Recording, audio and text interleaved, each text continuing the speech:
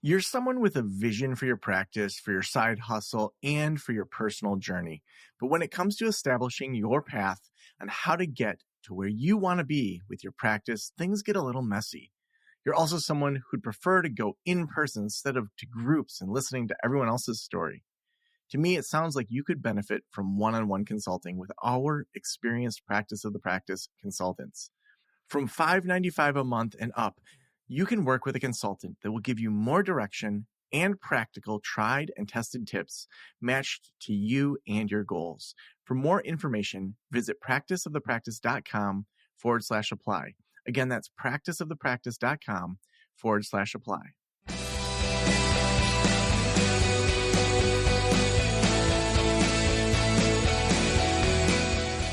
This is the Practice of the Practice podcast with Joe Sanok, session number 1258.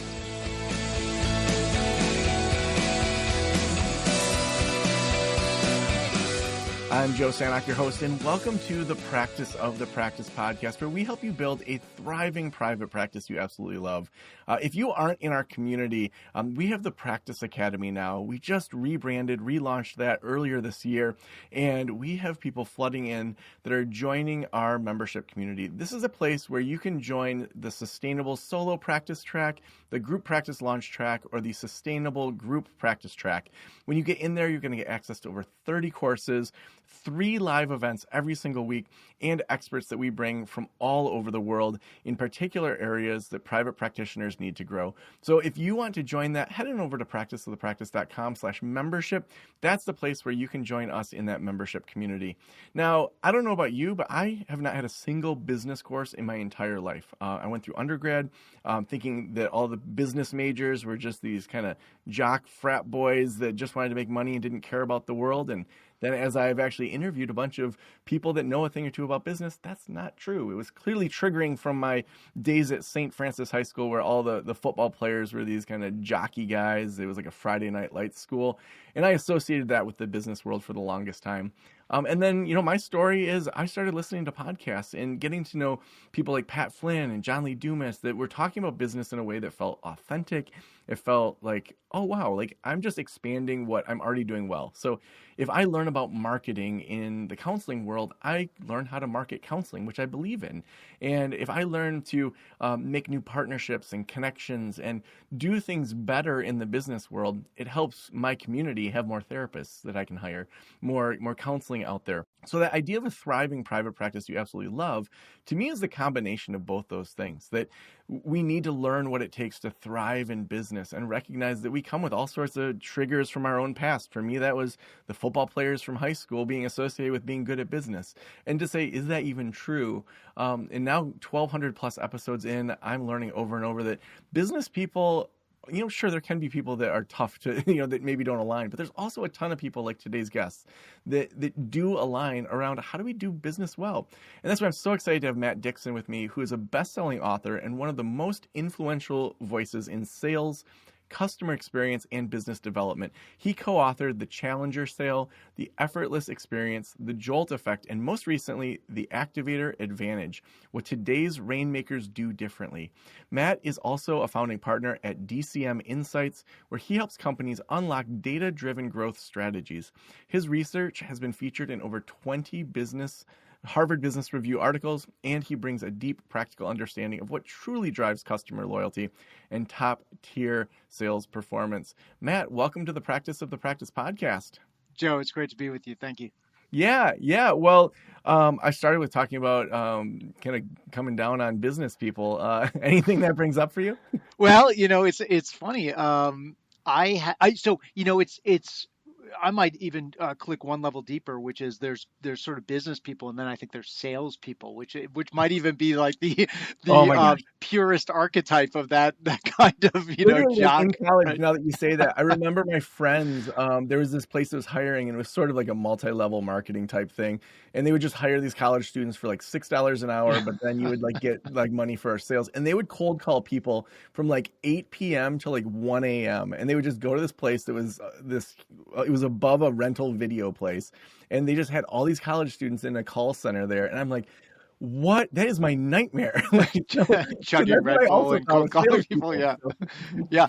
You know what, like, I think sometimes in some cases, the maybe this pejorative connotation that we have of maybe business people in general, but more acutely, I think salespeople within business, or that sales kind of persona. I think a lot of that is actually created by Hollywood. So you look at like The Boiler Room and The Wolf of Wall Street and Glengarry Glen Ross and these movies that don't really give sales or business people in general a very good name.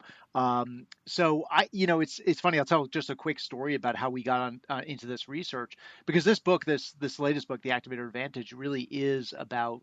It's kind of about non-sales people, actually, in many respects, non-business people, which is, I think, how we got connected, Joe, and why it'll be particularly relevant to this audience of listeners that you've got. But as you said, I've been a part of a number of books and studies, mostly of traditional salespeople, so people who sell products, whether it was the folks above the video store you're talking about, or it's the people selling, manufactured products like medical devices or pharmaceuticals, or technology or technology-enabled services. And that's really been what I've been studying for the bulk of my career. And I had this really unique experience after we wrote one of the books you mentioned, The Challenger Sale, that came out in 2011. And I think in around 2013, that book had become pretty popular in the world of B2B salespeople, people who sell stuff. And I was invited to present to the partners of a big consulting firm. And I came in and I was giving my talk, and about 45 minutes into a 60-minute planned presentation, there are 400 partners in the audience, big consulting firm. And the managing partner stood up and starts waving his hands and says, "Can you please stop talking?"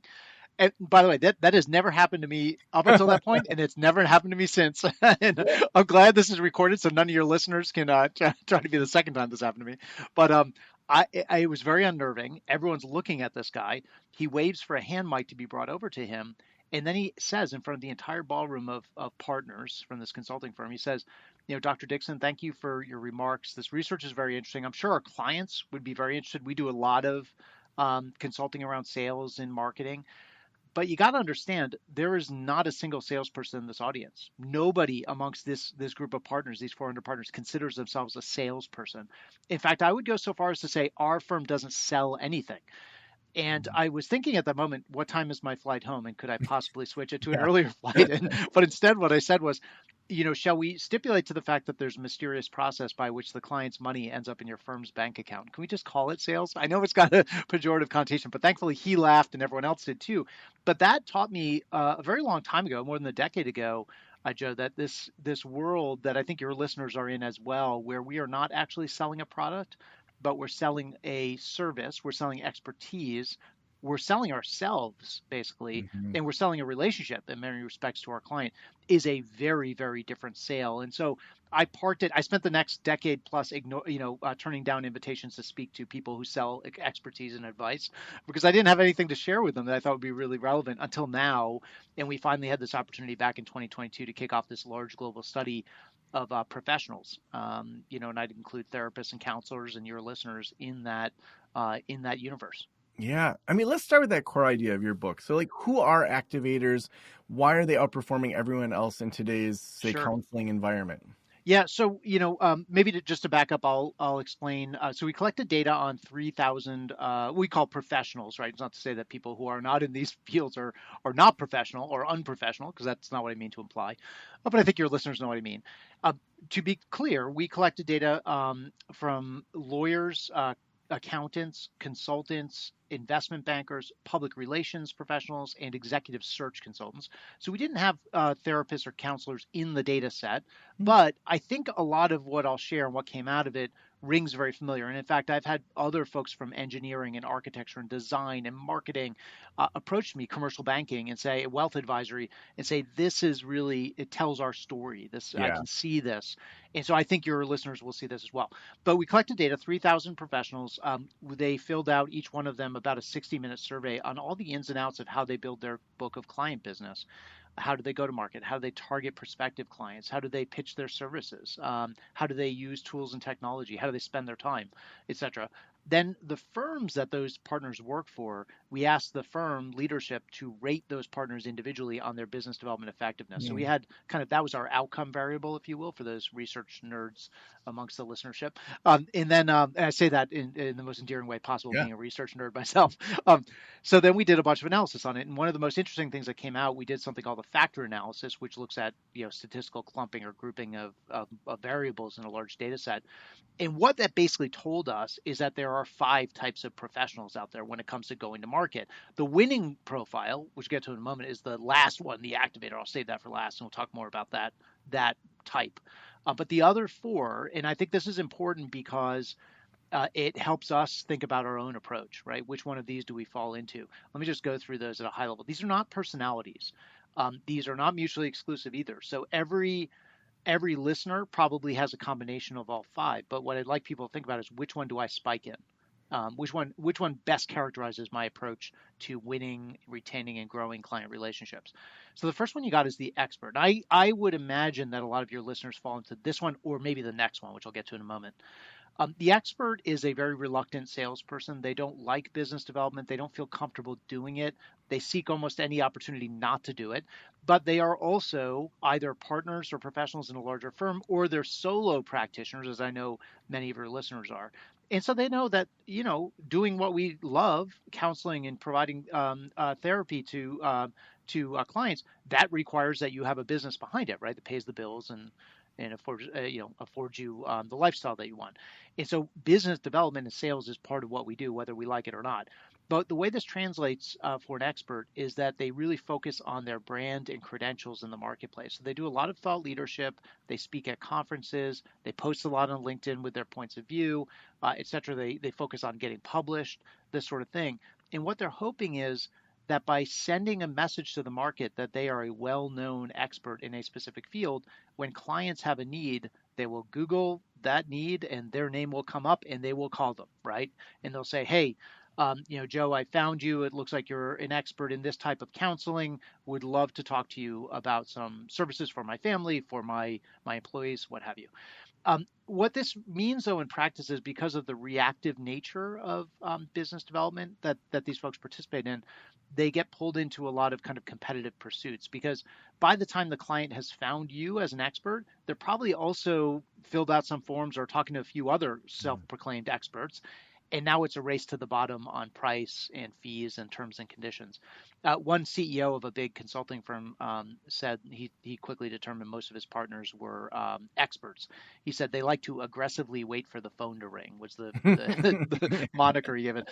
So the second one, and again, I would think you probably have a fair number of your listeners fall into the second category as well. We call the confidant. And the confidant is kind of an old school trusted advisor. And this is not, I want to be careful, it's not to denigrate the concept of being a trusted advisor, which I think many of us aspire to do with our clients, but rather to describe the way in which they execute this playbook.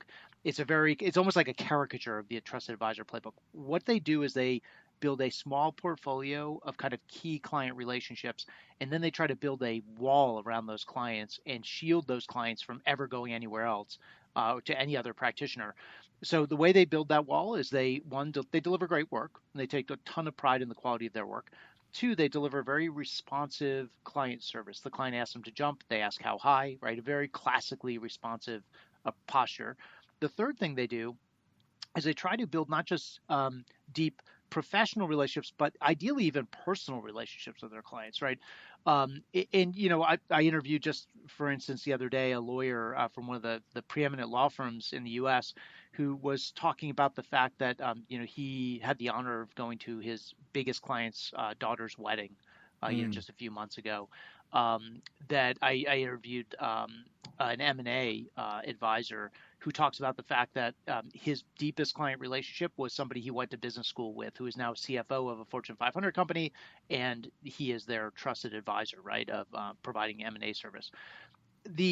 So what their mindset is that if I do all these things, I should should create a situation in which the client, it would be unthinkable for them to go elsewhere Mm-hmm. because we've got this deep relationship. I've done such great work for them. I bent over backwards for them. It would just be unthinkable. It would be a violation of that relationship if they went somewhere else. Now, the other thing is for these folks, especially when they work in a larger firm, they are kind of the anti-collaboration folks. Another part of their mindset is that I built these deep relationships. I can't afford to make an introduction to a colleague, even if that colleague might be better suited to help my client in a specific area. If I do that and that colleague screws it up for me, I'm kind of back to square one, and I don't have enough of these deep relationships to rely on. The third one is the debater. I'd call them, in the interest of time, I'll call them the sharp elbowed, opinionated know-it-all. So the debater's posture is to come in and try to kind of get the client to think outside the box. Client comes to them with a specific request or need, what they think they need, and the debater tries to tell them, you don't want to do that, you want to do this instead. I know you came to me wanting to buy this kind of service, but I would recommend something totally different. And what's interesting is autobiographically, we've talked about that book, The Challenger Sale, which came out many years ago. The debater is probably most akin to the challenger in B2B sales, which actually in that study we found to be the winning posture if you're selling a product. But these debaters don't do very well when it's a relationship-based sell, when we're selling advice. And what that told me is that it's okay to be a challenger or a debater if you're selling a product, but if you are the product, it's a bit of a tough posture to adopt. And look, clients, they want to be challenged when they're getting it wrong. And they rely on us to tell them, you should be going left instead of right. Yeah. But if every time we sit down with them, we're telling them, thinking they're going about this all the wrong way, it's just exhausting, right? The client's going to want to spend time with you, and we're selling a relationship to them ultimately. The fourth one is the realist. The realist is the person who leads with, it's going to cost twice as much as you think, it's going to take twice as long as you expect, and the impact will be half as much as you anticipate. So they can kind of come across as very glass half empty. Now, the reason they do that is not because they're Debbie Downers, but rather because they're trying to do the opposite of what many other professionals do, which is they overpromise and underdeliver. And these folks know that people have been burned in the past by the person who sold the lofty set of expectations, and then the impact was half of what they expected. And so they try to level set right up front. Now, clients appreciate the honesty and transparency, but they also want their professionals they hire to paint the art of the possible for them. Mm-hmm. I know maybe my expectations are too high, but what could we accomplish together? What's the ideal state, right? And then the last one's the activator. So the activator is the winning profile when we look at performance. They dramatically outperform the other four. And I think there are real important reasons which we could talk about as to why that's the case. Who is the activator? So the activator is a super connector. They're very active on LinkedIn. They are very active as well in live events, whether that's an event their firm or company is putting on, or whether it's an industry conference. These are, or just, a local networking group or a client dinner. These are the folks who go in not to kind of clump with other experts like themselves and hope a client approaches them and hands them a card or asks them to follow up, but they know who's coming to the event. They've set up coffees and lunches and dinners and conversations, and as I said, they're very active on LinkedIn as well. Now, somebody asked me the other day, why didn't you just call these people connectors? Because that's kind of what they're doing. But I think it undersells what happens next, which is the most interesting part. It's not that they're just trying to collect LinkedIn connections and business cards. They are trying to turn those connections into paying client relationships. And the way that they do that, I think, is quite interesting. They look to offer some free advice and to bring new ideas and opportunities or risks forward to their clients, but not really charging them for that advice. Now, remember, we're in a business where we charge for advice, right? We charge for our expertise. That's just how the model works. And whether you're in therapy or counseling, or you're in law, right? That's the expert-based advisory segment that we all participate in. But these folks are looking to pay it forward to their client. They're looking to reach out to clients and say, I don't know if you've been thinking, thought you've seen this issue or this opportunity, or been watching the news, but here's something you might think about. I'd be more than happy to set up some time, just give you my point of view and share my perspective, because I'm talking to a lot of clients about this issue right now, and see if that might be interesting to you. And again, they're not looking to bill the client for that time or that initial conversation. What they're trying to do is shape the client's understanding of a threat or an opportunity, in a way that leads the client to prefer them as a service provider, if for no other reason than they were the person who was thoughtful and helpful enough to have brought that idea forward.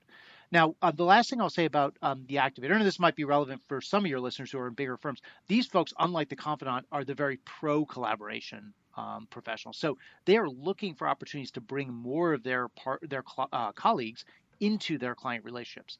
They do that for a number of reasons. I think one is that they don't think of themselves as sole source experts, but rather general contractors for expertise. So I know there are problems my client has, opportunities, threats, etc., that other people I work with would be better suited to help them with. And all I need to do is make an introduction. I'm surrounded by talented colleagues, and that client is going to thank me for doing that.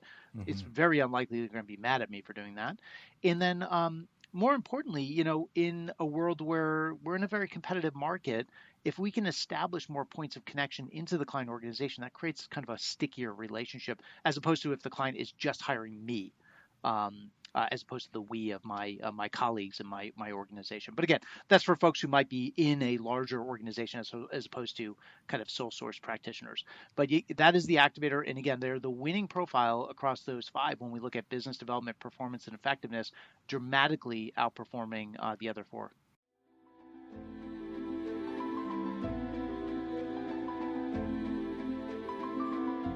Do you want to expand your private pay caseload? Check out Thrizer.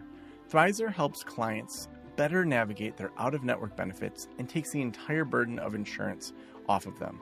That means no more super bills, no more insurance calls, and the best part, no more long reimbursement waits. Chances are you're providing a super bill to your clients. Super bills can be extremely overwhelming and challenging for your clients to navigate, let alone needing to wait months for that reimbursement check. Thrizer provides automatic claim submissions, manages claims end-to-end, and the best part, allows clients to just pay a copay for your session, while Thriver covers the rest of your rate up front and waits for the reimbursement on your client's behalf. This is called Thrizer Pay and is already helping thousands of clients access therapy without needing to be out hundreds of dollars while waiting for reimbursement. It's the best way to make your services more accessible and increase your private pay caseload, hands down. Use the promo code POTP for a free trial. That's POTP, Practice of the Practice, POTP. You'll receive waived credit card fees for your first $2,500 in charges. Time to thrive with Thrizer in 2025. Head over to join.thrizer.com/Joe. Again, that's join.thrizer.com/Joe. Yeah, so I'm thinking about how a typical small group practice owner might do this, because then that would apply to the solo practice owner and kind of the mega practice owner. So you've got someone who they maybe have 3, 5, 10 clinicians in their practice, and those folks are, let's just say they're part-time, and so they're at 15 sessions a week. They want to get to 25.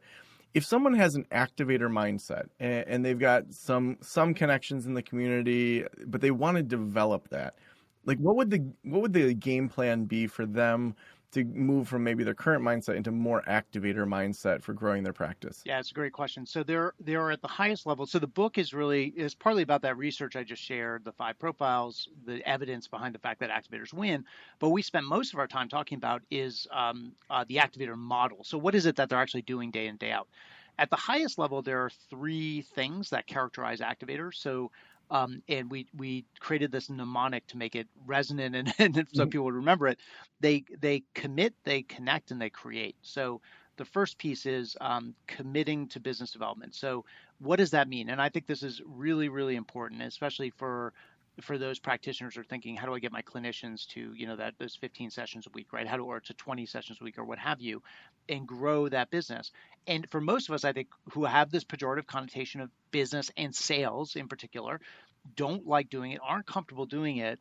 Activators, for the most part, aren't really comfortable doing it either. So these are not born salespeople.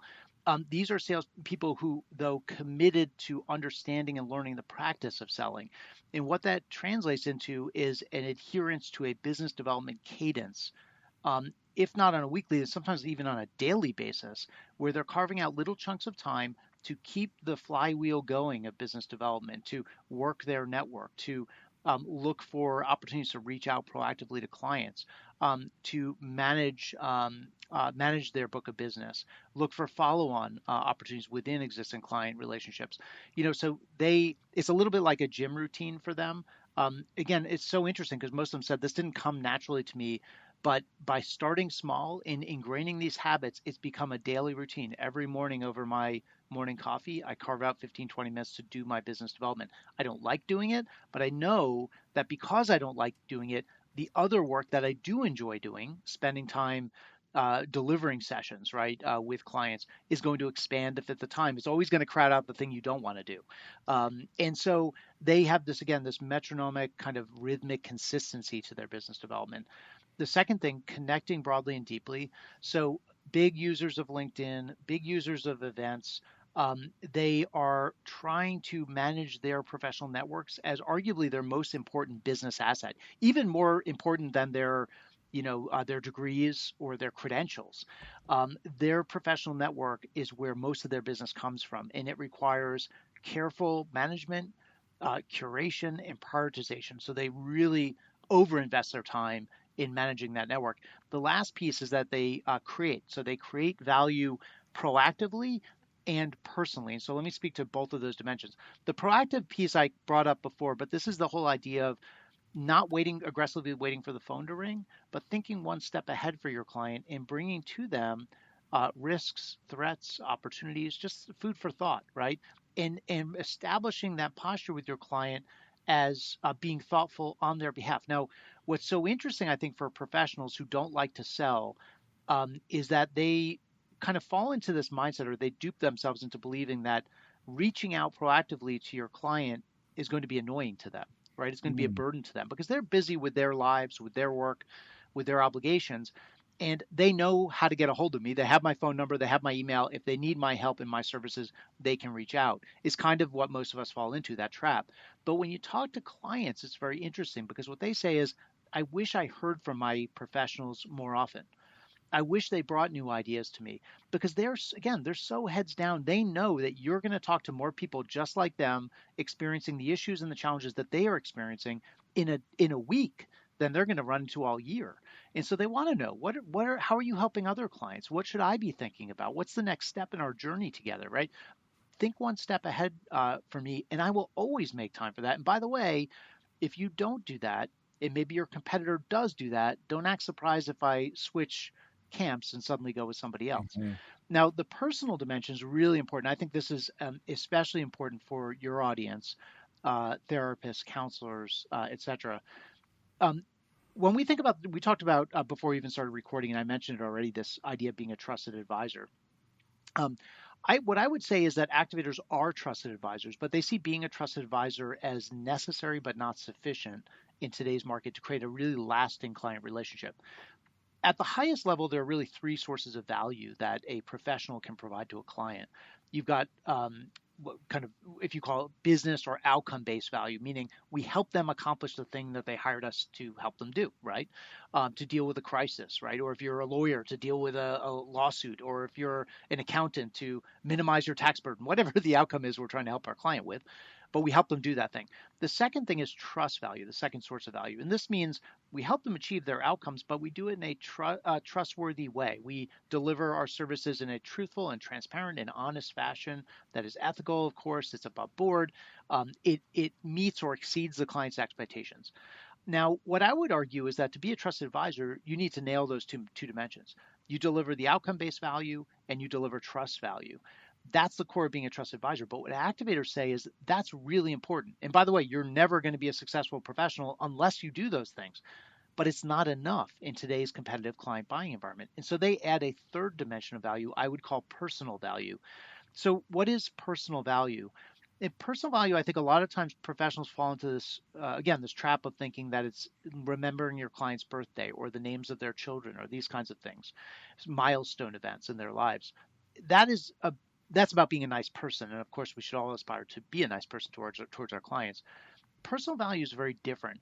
Personal value is how do I think about what's important to my client outside of the scope of the paid work we're engaged in right now? what are they trying to accomplish in their careers? What are they maybe challenged by outside of the scope of this engagement? Maybe it's a new boss, it's new ownership of their company, it's an initiative that's going sideways, it's an underperforming team or team member. Maybe it's a cause that they're passionate about Mm. in their personal lives. Maybe it's another kind of challenge that somebody in their family or their extended network is grappling with. Is there some way that I, or maybe one of my colleagues, if I'm in a larger practice, or maybe just somebody in my network, I can put them in touch with to help them out, right? Now, again, I'm not getting paid for this work. It falls outside of the scope of our paid work, the SOW, but it creates stickiness in the way that just being a trusted advisor does not. And activators say, look, the market is crowded with trusted advisors. I don't have the monopoly on being a trusted advisor in my space. Nobody does. And it's getting more crowded and more competitive every day. But when I can help my client personally on stuff that's important to them, even when I'm not getting paid to do so, that creates a lasting relationship and a stickiness level that you don't find with simply being a trusted advisor. So again, those are some of the things. Now there's a lot of like kind of tips, and we can go into some of this if you want here on this conversation around how do I do that? How do I get started? What are some of the things I could do Monday morning? But obviously the book is chock full of more around that. And how do we develop this motion and this mindset about being an activator? Yeah, I think what I'm hearing is that kind of just that regular, just meeting people and then Mm-hmm. connecting people, serving people, and then realizing that's building just your reputation in your business, Yeah. the people that would refer to you, understanding kind of people's needs. Like I'm even thinking about how, so Therapy Notes is one of our sponsors, and in March of 2020, we were seeing that that's when the pandemic was really starting to take off, and at that time, Therapy Notes didn't have video as part of their electronic Mm-hmm. health records.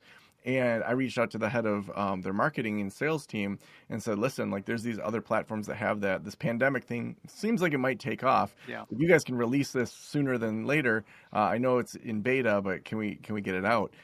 They ended up releasing it over the weekend and probably Wow. preserved hundreds, if not thousands, of accounts that would have switched to something else. And Yeah. especially knowing what the next couple months were. Mm-hmm. And so even as you're saying, like adding value, those threats and opportunities, to just say, here's what I'm noticing. So if you're noticing a bunch of people being into yoga and Reiki that are in your practice, Mm-hmm. just say, hey, I've got this person that I trust. Why don't you go see them? And just say, hey, I'm sending some clients your way. I'm not going to tell you their names because of confidentiality, but just wanted to let you know that I've got a whole cohort of people into yoga and Reiki that are going to come your way. Yeah. That's going to do something different if you're making those referrals and following up, than if you're just mentioning them. You're Yeah. actually connecting them and making it a soft handoff. Yeah. There's two thoughts I give to your listeners. One was, the most important variable in the entire model, the thing that was the single variable that was the most predictive of success, meaning business development success, size of book of business, all this stuff, was how professionals responded to the following statement: my clients think of me even when we're not engaged in paid work. So what Mm. does that translate into? That translates into the kind of relationship, the depth of relationship where your client reaches out to you, maybe texts you on a weekend just to ask for your view on something, for your quick perspective on something. And that itself is highly predictive, right? Because that means we've earned this kind of inner circle relationship with our client, which I think is very, very powerful. So yeah, I mean, I think this idea of this posture of helpfulness, being thoughtful towards our clients, having this always on kind of cadence, as you said, is absolutely critical. Now, I will also, I get this question a lot when people read about the profiles, and they I think many of them conclude this is sort of personality driven. Do I Mm. need to be an extrovert to be an activator? And we didn't actually study personality traits. I think that if you interviewed, as we did, many of the activators out there, many of them are self-described introverts. Actually, they are not natural born salespeople. They had to learn how to do it. They didn't really like doing it, and they had to get comfortable doing it. And they know that they've got to sometimes do things that might be counter to their personality traits.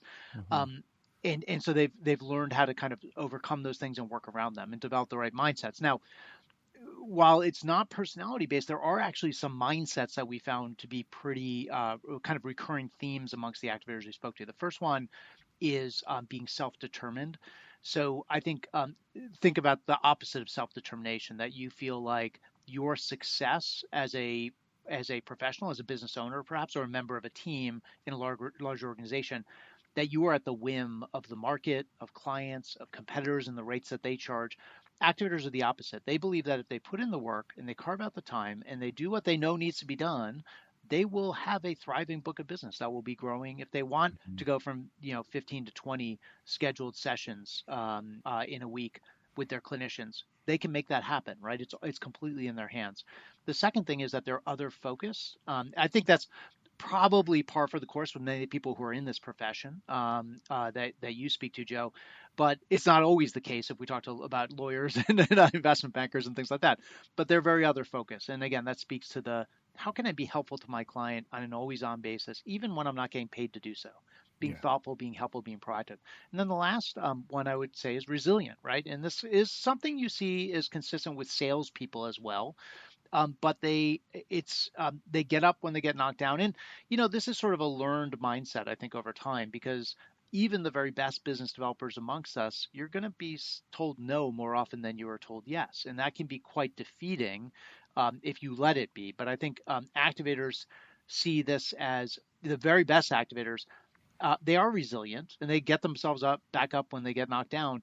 But I think even more importantly, when they're told no by a client or a prospective client, they see it as an opportunity to actually protect the relationship, to deliver value nevertheless. Yeah. And then it's almost a challenge to them, in some respects, that I'm going to earn my way to a relationship with you over time. Yeah. Matt, it's so awesome. I'm so excited about the book. If I'm thinking about if every private practitioner in the world were listening right now, what would you want them to know?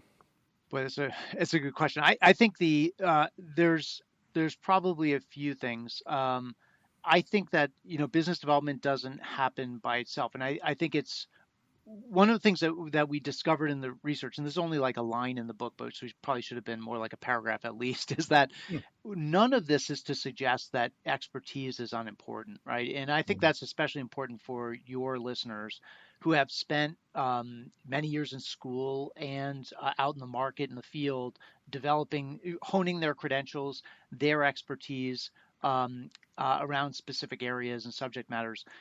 What we found was actually that activators minor in the expert profile. So they were the second strongest experts of the 5. They major in activator, but they minor in expert. So what that tells you is that having expertise is super necessary. You're not going to earn client work unless you are an expert, but it's not sufficient anymore. And what they do, no pun intended, is they then activate that expertise proactively in the market. They don't wait for the phone to ring. They don't believe that they're so well known and they're so good at what they do that people will just find them, pick up the phone and ask for their services. They've got to be out there in the market. They've got to be networking and connecting and bringing ideas proactively and offering that personal value. And it's just not going to happen by itself. So, I know it can make us uncomfortable, but the last piece of advice I'd offer to listeners is think about why you got into this profession, maybe. And we got into this profession, hopefully I'm speaking for all of your listeners, to help people, right? Mm-hmm. And this is just a different form of helping people. Selling is a different form of helping our clients. And when we stop trying to think of it as this icky separate thing from the thing we really love doing, but instead just a natural extension of the thing that we love doing, it becomes a lot easier and a lot more palatable to us. So awesome. If people want to get your book, where can we send them? Yeah, anywhere. I was gonna say anywhere good books are sold, which is mostly on the internet now. So, obviously Amazon and in Barnes and Noble and all those spots. And if anybody's running a larger practice and they're interested in ordering copies for their team to help them get better at business development, Harvard Business Review Press is the publisher, and they can arrange bulk orders as well. So awesome. Well, Matt, thank you so much for being on the show. Thanks, Joe. Appreciate it.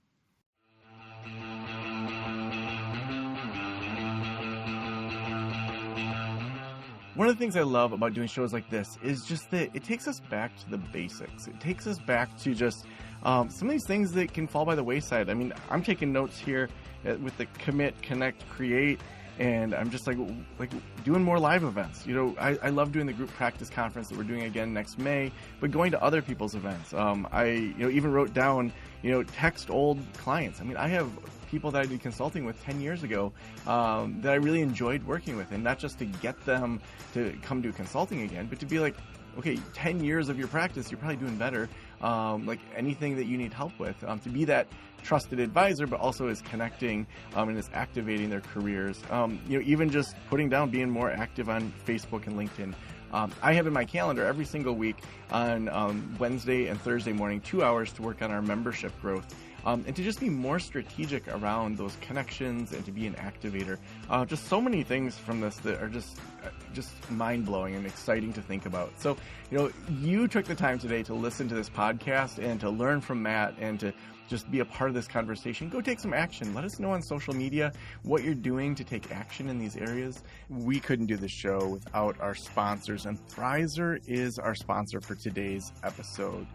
If you're doing private pay and you are sick of super bills, you're sick of insurance calls, you're sick of reimbursements, any of that, I want to tell you all about Thrizer. Make sure you check them out because Thrizer is an amazing way to automate your claim submissions, manage claims end to end, and the best part is people can pay their copay for your sessions all within it. Head over to join.thrizer.com/Joe. Again, that's join.thrizer.com/Joe. And they're going to waive the first $2,500 in credit card fees. So it's awesome. Use promo code POTP for the free trial. Again, that's join.thrizer.com/Joe. Joe, thank you so much for letting me into your ears and into your brain. Have a great day. We'll talk to you soon. Special thanks to the band Silence is Sexy for that intro music. And this podcast is designed to provide accurate and authoritative information in regard to the subject matter covered. It is given with the understanding that neither the host, the producers, the publishers, or guests are rendering legal, accounting, clinical, or other professional information. If you want a professional, you should find one.